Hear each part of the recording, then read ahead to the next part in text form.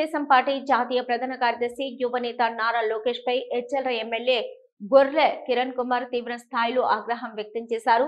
నిన్న లావీరు మండలంలో నిర్వహించిన శంకారావం సభలో స్థానిక ఎమ్మెల్యేపై లోకేష్ అవినీతి ఆరోపణలు చేయడంతో ఎమ్మెల్యే గొర్రె కిరణ్ కుమార్ లోకేష్ పై విరుచుకుపడ్డారు.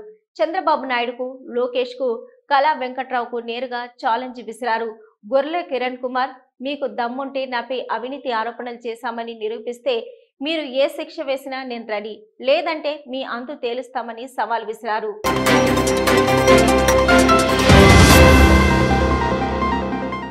ఈరోజు లోకేష్ అనే పప్పు అనే ఒక నామకరణంతో ఈరోజు ప్రజల్లో తిరుగుతూ ఉన్నాడు. అతను ఆడిన మాటలు కానీ, అతను చేసిన సంభాషణ కానీ అందరం ఆలకించాం. ఎందుకంటే గొర్రె కిరణ్ కుమార్ అనే వ్యక్తి ఈరోజు గ్రావెల్ ద్వారా 70 కోట్లు, అలాగే ఇసుక ద్వారా 50 కోట్లు నేను సంపాదించానని, అలాగే కోటపాలెం బౌండరీలో దగ్గర 10ల సంఖ్యలో 100ల సంఖ్యలో ఎకరాలు నేను సంపాదించానని తప్పుడు ప్రచారాలు చేసుకొని తిరుగుతున్న ఒక పనికిమాలిన నాయకుడు పప్పుగా. ఆడికి సంభాషణ ఏ విధంగా మాట్లాడాలో తెలియదు, ఏ విధంగా ప్రసంగించాలో తెలియదు. కానీ ఏదో నియోజకవర్గాల్లో తిరుగుతున్నాం, ఒక ఎమ్మెల్యే మీద బురద జల్లి వెళ్ళిపోతే ఆ బురద ఆలే కడుక్కుంటారని ఒక తప్పుడు ఆలోచనతో వెళ్తూ ఉన్నారు. వీళ్ళలాగా ఏదో బుడుమూరు గంటలు తవ్వేసి 9 కోట్ల రూపాయలు నాడు నీరు చెట్టు కింద పెట్టుకొని తినే నాయకులు వైఎస్ఆర్ కాంగ్రెస్ పార్టీలో కానీ మా కుటుంబంలో కానీ ఎవరిమీ లేము. వీళ్ళకి తెలుగుదేశం పార్టీ వాళ్ళ పరిస్థితి, వాళ్ళ బ్రతుకు ఏమిటన్నది అందరికీ తెలుసు.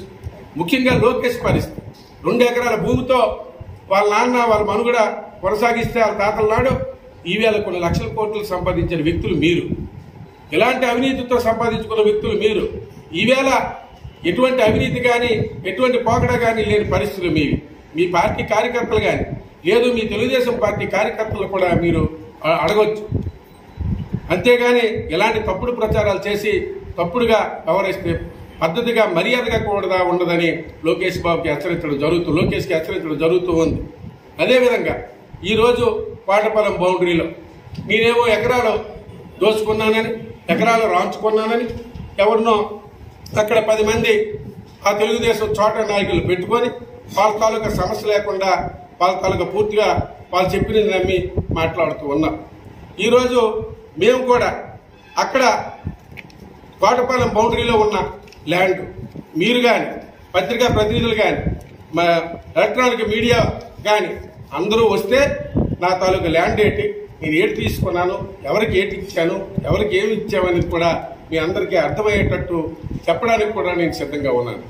ఎందుకంటే ఈరోజు కోటపాలెం ల్యాండ్లో ఆ రోజు మా కృష్ణనాయుడు చిన్నాన్న గారు అనే చనిపోతే అక్కడున్న ల్యాండ్ని, ఖాళీగా ఉన్న ల్యాండ్ని కూడా ఈ కోటపాలెం ప్రజలకి ప్రతి ఒక్కరికి ఇవాళ ఎంఆర్ఓ ఆఫీసులో పట్టాలు చేయించి ప్రతి కుటుంబానికి, అంటే ఇన్ని ఎకరాలు ఇన్ని ప్రజలకి ఇచ్చేయలేం కాబట్టి ఒక కుటుంబంకి 4-5 పెద్దలు పెట్టి వాళ్ళ పేరున పట్టాలు పెట్టి ఈవేళ కూడా ఎంఆర్ఓ ఆఫీసులో ఆ ల్యాండ్ తాలూకా పట్టాలు చేసి అక్కడ ఉన్నాయి. అది మీరు కూడా వెరిఫై చేస్తే దానికి నిజాలు వెల్లడవుతాయని కూడా మీ అందరికీ తెలియపరుస్తూ ఉన్నాను. ఎవరో ల్యాండ్లు కబ్జాలు చేసి బతకవలసిన అవసరం మాకు లేదు.